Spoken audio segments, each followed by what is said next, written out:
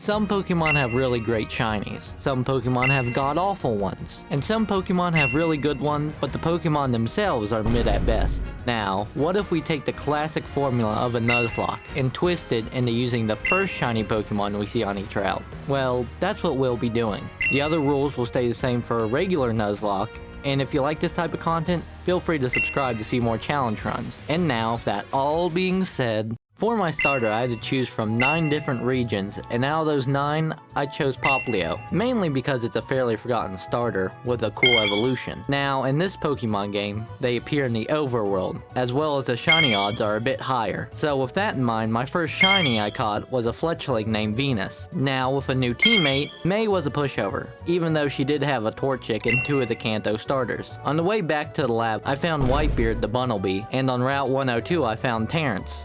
Again, then Wally found his starter, and I found the shiny Poochyena. After beating a Grunt and his Mareanie on Route 116, I found one of my favorite Pokemon, and of course I had to name it the proper name. After the goat was added to the team, I faced Roxanne, where I used Popplio, so, well, you can probably guess what happened. Upon entering Rust Turf Tunnel, I found the shiny Mole. Oh, yeah, I also beat the Grunt and his Mareanie again, and because I saved Pico from the Grunt, I can now head off to Dewford. But before all that can happen, May challenges me to another battle. Terrence lands a super effective peck on Silcoon, as well as he kicks her chicken to hell and back. The goat one-shots her useless turtle, and then Terrence comes back in for the KO on Bulbasaur. In Granite Cave, I ran across this guy. Now the funny little thing about this guy is that it's known for teleporting out of battle, and with only a 40% catch rate, I can proudly welcome Jester aboard the team. And now with Terrence a little bit stronger, I'm ready to face Brawly. His Scraggy was no match for Terrence's Peck,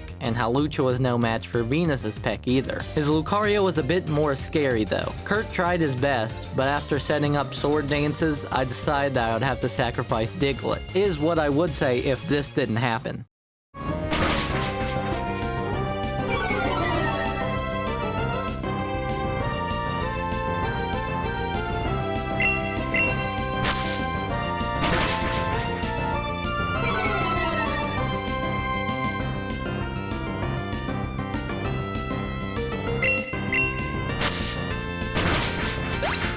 So Diglett lives to see another day. After Venus and Kurt evolve, I head to Route 110 for a shiny Toxel I named London, because he's British. I then saved the museum from Team Aqua and their Corphish so that Jester could evolve, just in time for my battle with May. Terrence tears up her Beautyfly, Kurt one-shots her KFC combo meal. Also, Diglett learns Dig before the next gym, so that's pretty cool. Venus burns her Bulbasaur to a crisp, and then the goat comes out with another back-to-back one-shot on our turtle. Look at me with a straight face and tell me this Pokemon is not the best of all time. Then Jester executes her normal-type rat for the win. Before I can take on Watson though, I find a shiny Magby on Route 117, who I call Mustard, even though that name will be irrelevant soon. Oh yeah, remember Wally?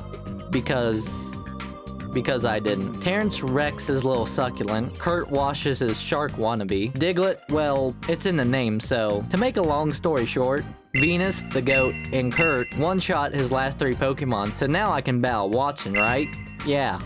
I don't know what else you expected. Now, in this fight, we get introduced to Megas, with his Mega Manectric, because out of all Pokemon, this one got a Mega. Diglett hard carried this gym because, well, it's in his name. I just want to say, for the record, the GOAT would have KO'd his washing machine if it just didn't spam Double Team. And it's at this point that I fully understand the full power of Diglett. And now, with the GOAT becoming more of a GOAT, I watch as Team Aqua confronts Team Magma in Meteor Falls. So me being the 10-year-old I am, I climb up to the top of an active volcano and fight the gang's leader. Maxie's whole team gets absolutely swept by Diglett, and, well, I guess Kurt, but mostly Diglett. So Flannery was next, and because of a little water type I had, well, let's just say you can predict the outcome of this fight. Now with Flannery out of the way, Norman was next. Now Norman is a pretty formidable foe in these games, but this time he had a bird, which was weak to ice, and a badger, weak to fairy, and a Mega Kangaskhan, who was pretty scary until you realize Norman wasted all of his full restores on the badger.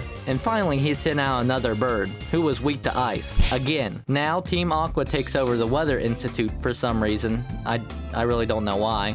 The only reason I mentioned this is because I forgot to heal afterwards and started my rival battle, and you know, I might have lost Terrence for a third time now. But what better Pokemon to replace him with than the funny British one that will help against Winona. Also, right before Winona, I ran into Parasolea who had a Tortuga, and I accidentally read it as Tangela for some reason and sent out my fire and flying type to fight this water and rock type, so that really didn't end well. Everyone, welcome Mustard to the team. So right before Winona, I get the evolutions of Mustard, Diglett, and London. So now, if a fully evolved electric type, Winona is a walk in the park. Even when she sends out her Gliscor, Kurt had that shit on lockdown, and it all ended with a whirlwind sending out Mustard for the KO. Then I have to go to Mount Pyre for some reason. I'm not really sure why, I kinda forgot. But when I get there, I find a shiny of another Pokemon that's my favorite. So I guess it was worth it in the end.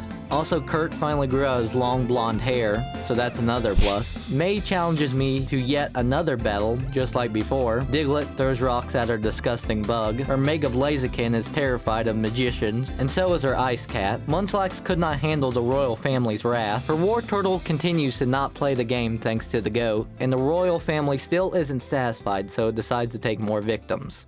As I was trying to find the Team Magma hideout, I instead found the Magmarizer. And as I went to give it to Mustard, I found a leaf stone in my bag. Like, I don't remember picking it up, but now the goat is in his prime state, so no complaints here. After Mustard evolved into Pink Sauce, Maxie fights me one more time because I don't know why he fights me. I guess he's mad he chose the wrong orb. Either way, Kurt and Jester take down his 3 Pokemon, and now fast forward to me looking for Archie. And as I'm exploring their base, I find the shiny Electrode. And I'll just let you watch what happens.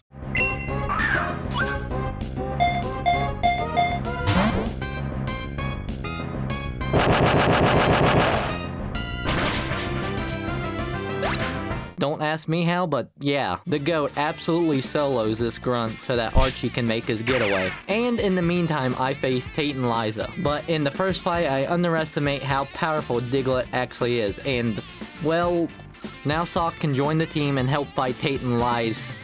Well, it's not like I'm going to knock out another one of my Poke, but at least I beat the gym, so that counts for something, right? So after losing 1/3 of my team due to double battle mechanics and my own stupidity, I go back to the summer routes that I haven't caught anything on, because there are no real winners in my PC at the moment. In the Safari Zone, I caught a new electric type in Zucchini, and on Route 118, I find a dark type in Ace, and with them, I fight off Team Magma in the Space Center, which helps evolve them into their final form. I also think that because Pikachu evolved in Moss Deep, that's why it evolved into a Alolan Raichu, but I'm not complaining because I got my Psychic type back after all. After me and Steven beat up Maxie because he still only has 3 Pokemon, I fight Archie, who I solo with a certain green plant I have. And now because Kyogre and Groudon are fighting, I wake up Rayquaza, and he's like, stop it. And they're like, understandable, and walk away, leaving me to face the final gym. And what better gym to face than the water type gym? Like, I know I've been hyping up this guy all game, but he makes a complete mockery of this gym. It's not even funny anymore. And now with the 8th badge, we can take on the Elite Four, right? Well, remember Wally? His Roserade gets pelted with sludge. His Gallade isn't strong enough to face a Psychic Zucchini. The Fairy-type starter came in handy against his overhyped Dragon. His Magnezone stood no chance against Spicy Mustard. Azumarill had no contest against the Goat, and my Water-type starter came in handy against the best regional bird in the series. And now, with Wally out of the way, my next battle was with Sydney. Now, Sydney specializes in Dark-type, so who better to use than my Fairy-type starter? Kurt absolutely solos his team. But at the same time, it leaves Kurt in a bad spot health-wise. With Sydney down, my next opponent was Phoebe, a Ghost-type trainer. And just like with Sydney's team, Ace shreds her team with Night Slashes. And now with her out of the way, my next trainer was the Ice-type user, Glacia. And you can probably guess that Mustard just burnt her team to a complete crisp, because that's exactly what happened. But now, after melting Glacia's ice types, I stood face to face with the hardest trainer in the run, Drake. Kurt manages to one-shot his Dragonite, but fails to do the same thing with Dragalge, which leaves Kurt hanging on with only 11 HP. Kurt did manage to take out Dragalge, as well as his following Garchomp, but Drake's Dragapult outsped Kurt with Phantom Force. So even though Kurt did live to see another day, it was apparent that he could not come out for the rest of the battle. Diglett came in to tank the Phantom Force, Force and land a Rock Slide on Dragapult before it U-turned into Salamence. Now with a Mega Salamence on board, I had no idea what to do. My best bet was to send out Mustard and try to paralyze it with Thunderbolt. And with luck on my side, the paralysis hit, and it was followed up by a crit so he couldn't heal stall. Ace came out for a Night Slash, knocking out Dragapult, and Ace finished it up by landing 2 Brick Breaks on his Hydreigon, taking me to the champion fight against Wallace. And for those of you who don't know, Wallace was the 8th gym leader in the original Ruby and Sapphire games, but was placed as a champion in Emerald. Now, why am I telling you this? Well, what type was the 8th gym again? Listen, I'm just saying there's a valid reason why I called him the GOAT, okay? And with Wallace defeated, I can finally say that it is indeed possible to beat Pokémon Quetzal while only using shiny Pokémon. Thank you for watching, and subscribe for more runs like this.